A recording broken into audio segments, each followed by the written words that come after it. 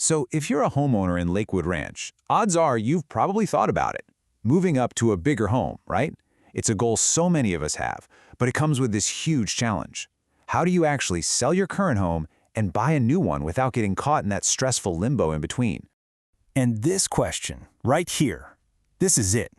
This is the single biggest fear that just stops people cold. It's that little voice in your head that can completely derail the dream before you even start.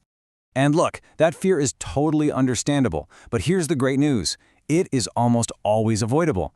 And the solution isn't about crossing your fingers and hoping for good luck. Nope, it's about having a clear, structured plan from the very beginning. Okay, let's get into it. We're going to walk through a 5-part strategy that puts you back in the driver's seat. We'll start with the dilemma itself, then we'll get into your equity, how to solve that timing gap, making a great offer, and then we'll put it all together. First up, the homeowner's dilemma. Before we can really solve this problem, we've got to understand it. Why do so many homeowners get stuck in this position in the first place? Well, here's what's so interesting. The real issue usually isn't the market. It's not about interest rates or how many homes are for sale. The problem is almost always a lack of structure behind the move itself. And this just lays it out perfectly. See, most people accidentally fall into the trap of trying to time the market. That's all about guesswork, risk, and a ton of uncertainty. Where we want to be is over here, structuring the move. That's all about strategy, control, and predictability. Once you get the structure right, the timing takes care of itself. All right, let's move on to part 2, because this is where your power comes from. We're talking about your home equity. Honestly, you should think of this as the fuel for your entire move. And here's a little secret. Most homeowners are sitting on way more equity than they even realize. So the problem isn't a lack of money. It's usually a misunderstanding of how much you have and how to actually put it to work for you. So the term we need to get really clear on is usable equity. This is not just what your home is worth. It's the actual, real amount of cash you'll walk away with after the mortgage is paid off and all the selling costs are covered. This is the number that really, truly matters. And the calculation is beautifully simple. You just take the estimated sale price of your home, subtract what you still owe on the mortgage, and then subtract the selling costs. What's left? That's your usable equity. That's the leverage you have for your next home. Now, this is a huge mental shift, so really let this sink in. You don't need enough cash to buy your next house outright. You only need enough to fund the gap between what you sell your current home for and what you buy your next home for. And if you're in Lakewood Ranch, that gap is usually somewhere between $200,000 and $400,000. See how that works? When you stop thinking about funding an entire $1 million purchase and start thinking about just bridging this gap, the whole thing feels so much more doable. Okay, on to section 3, solving the timing gap. This is where we look that homelessness fear right in the eye and figure out how to solve it with 2 main strategies. You really have 2 primary paths here. Path number 1 is to sell first with a plan. This is where we strategically structure the sale of your current home to give you the breathing room and flexibility you need to find the next one.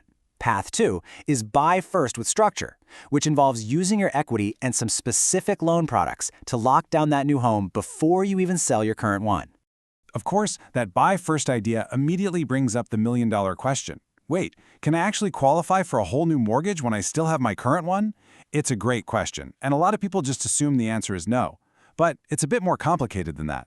When you talk to a lender, they're going to look at the whole picture, your income, your debts, your savings, but really it all comes down to one simple question.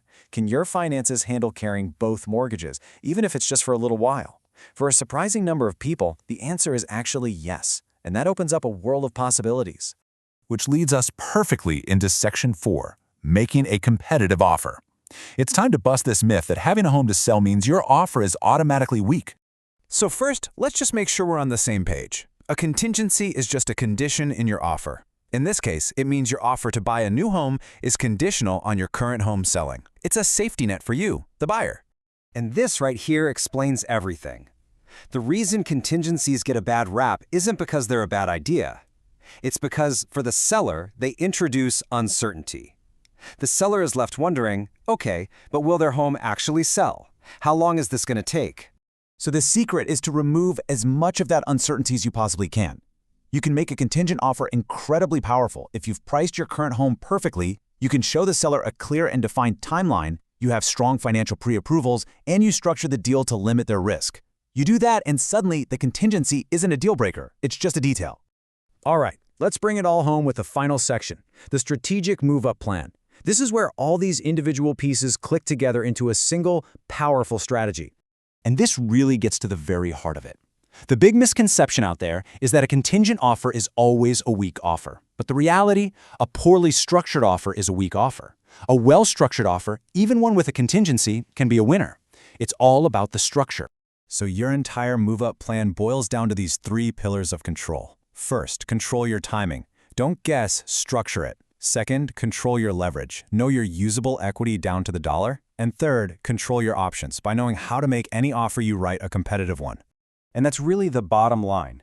Success in this move isn't about trying to perfectly time the market. It's about having a clear, strategic, and well-thought-out plan in place before you ever put that for sale sign in the yard. That is how you move up with total confidence.